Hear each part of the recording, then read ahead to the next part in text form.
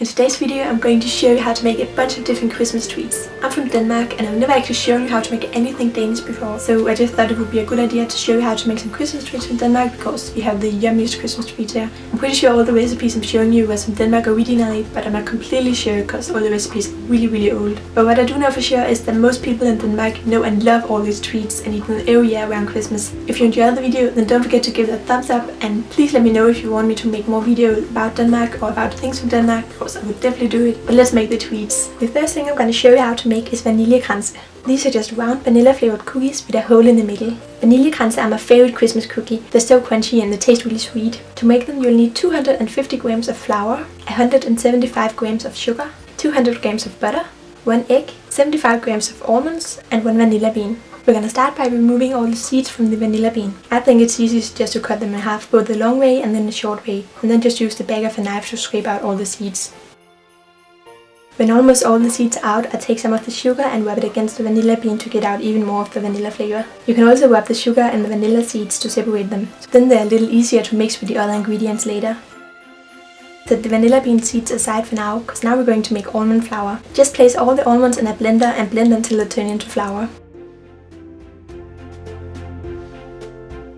In a big bowl, combine sugar, vanilla, flour and almond flour. Then add the butter and the eggs. Mix with an electric mixer until it looks something like this. Using your hands, form it into a little ball. For the next part you're going to need a meat grinder with a star-shaped hole. If you don't have one, you can try using a piping bag with a star tip. Place the dough in the meat grinder and press it down and grind it so it comes out looking like this.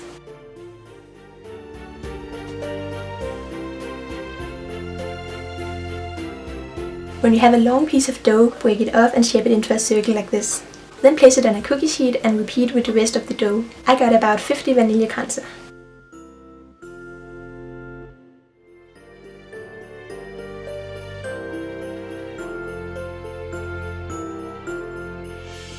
When they're all done, bake them in the oven at 200 degrees Celsius or 390 degrees Fahrenheit for about 6 minutes or until they start to brown. The first ones I made, the ones to the right, was in the oven for a little too long, so they got a little too dark. They taste better when their color is still pretty light. That's it for the first treat. Now I'm going to show you how to make Risengrod, which is a Danish rice pudding. Afterwards I'm going to show you how to make Risalamande, which is made by mixing Risengrod with some other ingredients. But for the Risengrod you'll need 190 grams of short-grained white rice, also called pudding rice. Then you'll need 1 liter of milk, 250 milliliter water and some salt, just a little, maybe about half a teaspoon. If you want to make it into Risalamande, leave out the salt. When making Risengrod, it's always best to use a really big pot, even if you're making a really small amount, because it always, and I mean always, end up boiling over. But start by pouring the water into the pot and make it boil. Then add the rice and boil it for 2 minutes while stirring.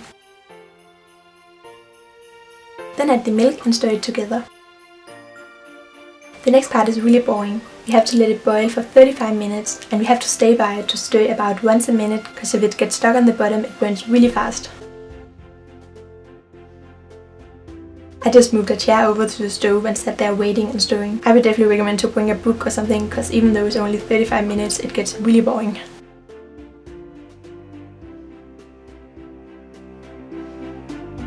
And as you can tell, it boiled over. Twice actually. When it's done, it's thicker and there's no liquids in it anymore. Mine got pretty thick, as you can tell. I usually like it when it's a little thinner, but it tastes the same either way. I wanted to make half of this portion into Risalamande, so put some of it into another bowl. Then I drizzled some of the salt into the Risengrod. Make sure not to add salt if you're making Risalamande, because else it won't taste good. Then taste it to see if you added enough salt. If not, just add some more. Then pour it onto a plate and drizzle it with cinnamon sugar and a chunk of butter.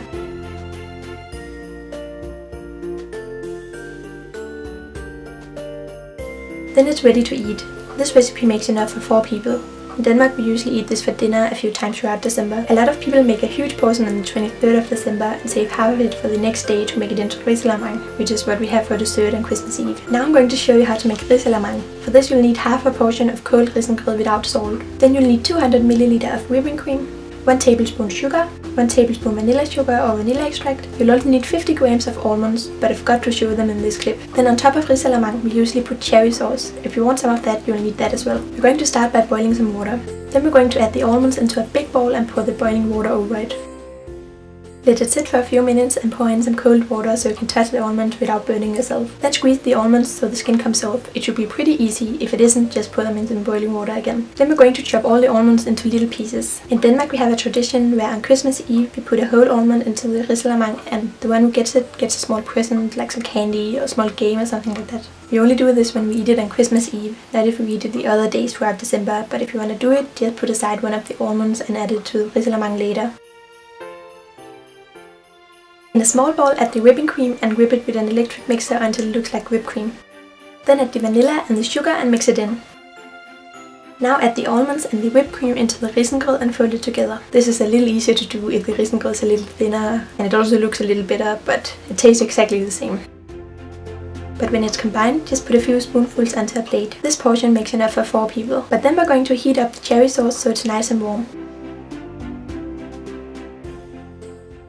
Pour it over the Risalamande and it's ready to serve.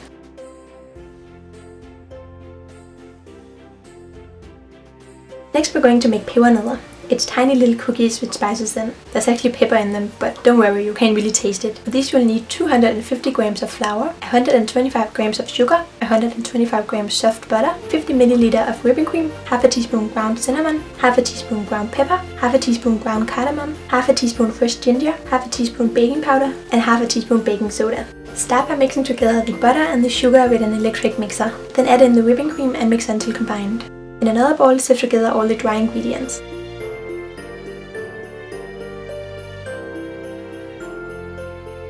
Now add the dry ingredients as well as the ginger to the wet ingredients and mix it together.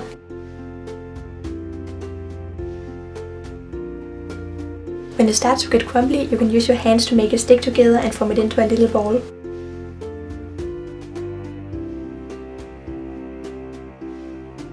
Now we're going to move the dough over onto a clean table or a cutting board and knead it together a little bit before rolling it into a long snake. Then cut it into small pieces and roll them into little balls. Place them on a cookie sheet a few centimeters apart so they don't melt together in the oven. I got about 120 pebernødder, but I would actually recommend making them a little smaller than I did, so I'd say you'll probably be able to get about 150. Then bake them in the oven on 200 degrees Celsius or 390 degrees Fahrenheit for about 8 to 10 minutes. When they're done, they should look something like this. Now we're going to make Kleiner. Kleiner is a fried pastry which I'm not completely sure is from Denmark. I read online that they're from Scandinavia, so they might be from Denmark, but they could also be from one of the other Scandinavian countries. But a lot of Danish people love these, so I really want to show you how to make them. For these you'll need 240 grams of flour, 60 grams soft butter, 100 ml of sugar, 1 egg, 75 ml whole milk, the zest of 1/4 lemon, 1/4 tablespoon ground cardamom, 1/4 tablespoon baking powder, and to fry them you'll need something which in Danish is called palmin. It's coconut fat, but I'm not completely sure what it's called in English, but I think it might be the same as shortening, but you can probably use any other kind of plant-based oil instead if you don't have it. Start by sifting all the dry ingredients into a big bowl. Then mix it together and add the butter and the ginger. Then using your hands crumble it together.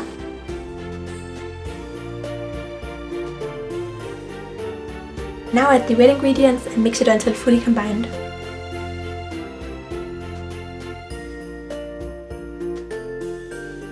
Now sprinkle your table or cutting board with flour and place the dough on it.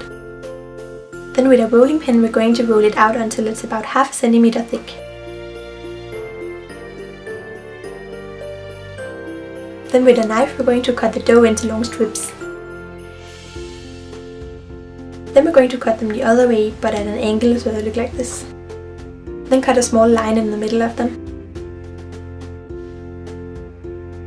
Now comes the confusing part. It's not actually that confusing, but I've always wondered how people got them to be that shape. Just take one and pull a little in the sides so the hole gets a little bigger. Then take one end and tug it through the hole so it twists like this. Do this to all of them and place them on a cookie sheet or a plate.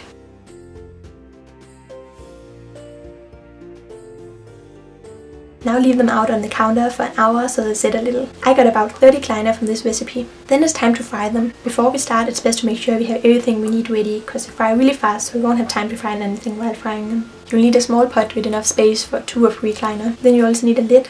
The only reason you need a lid is that since the oil is going to be really hot, we need something to cover the pot with if it gets on fire. There's not a big chance of it happening, but better safe than sorry. Then you'll need a plate with some kitchen towel on to put them on after they're done frying. To put them in and out of the oil, I used a spoon and a barbecue tongue. Place the oil in a pot and heat it up. The recipe is set to heat it up to 170 degrees Celsius. If you want to check if it's ready, you can put a small piece of bread in it, and if it sizzles, it's ready. To fry the Kleiner, just carefully drop a few of them into the oil and let them fry for 1 to 2 minutes on each side.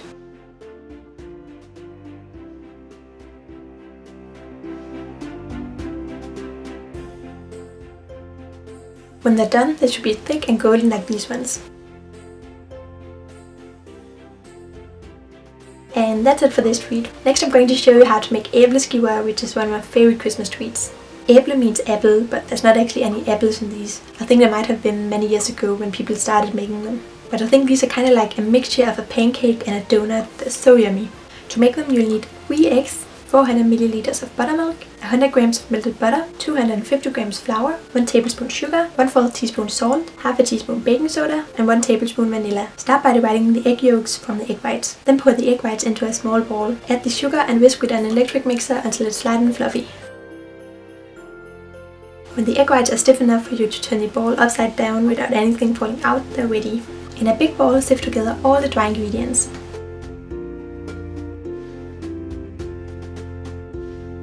Add the egg yolk and mix it together. Then add the buttermilk a little at a time, whisking in between each addition.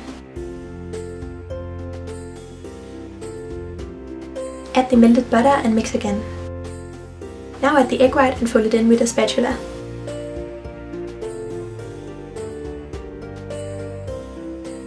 To make the Æbleskiver round, you'll need one of these pans with holes in. Start by buttering the pan. Then pour the batter into each hole, filling them to a little under the top. To flip them over, it's easiest to use something small and pointy like one of those metal sticks for when you cook meat. But as you can tell, I'm just flipping them so they stand up as soon as they start to brown. Then I'm filling the empty part with some more of the batter. Just keep flipping them around and adding more batter until they're round and have gotten a golden color. When they're done, they look like this. On the outside they're a little crispy, and when you break them they're soft inside. This portion makes about 20 Æbleskiver. In Denmark we usually eat these warm with strawberry jam and either sugar or powdered sugar. These are definitely one of my favorite things to eat around Christmas time.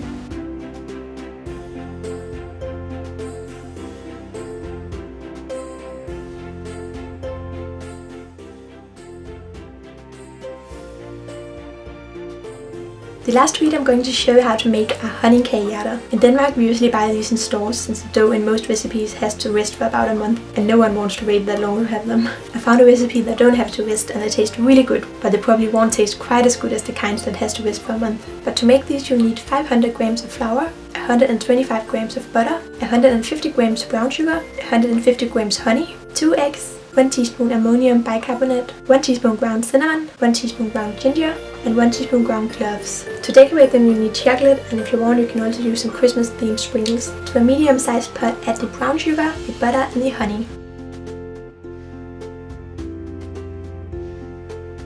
Now we're going to melt it on the stove on medium heat while stirring it so it doesn't burn. Then pour it into a big bowl and add the eggs and all the dry ingredients. It's easiest to mix it if you sift the dry ingredients and add them a little at a time, stirring in between each addition.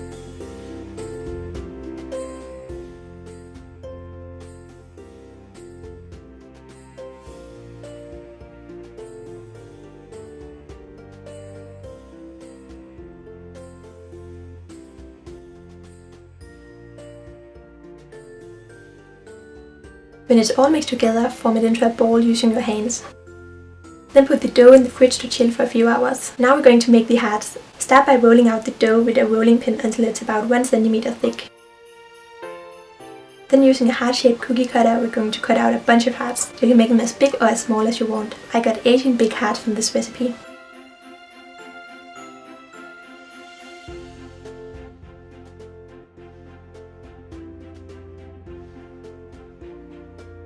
Then bake them in the oven at 200 degrees Celsius or 390 degrees Fahrenheit for about 10 to 15 minutes. When they're done, let them cool off a little on the baking rack.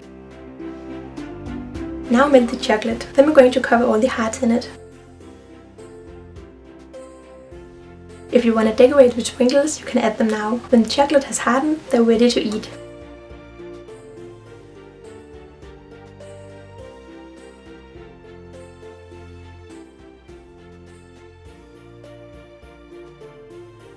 That's it for this video. I hope you enjoyed it. Please give it a big thumbs up if you did, and comment down below if you made any of the things from this video, because I would love to know, and I would love to know what you think about them, because I think they're so yummy. But thanks for watching. Bye!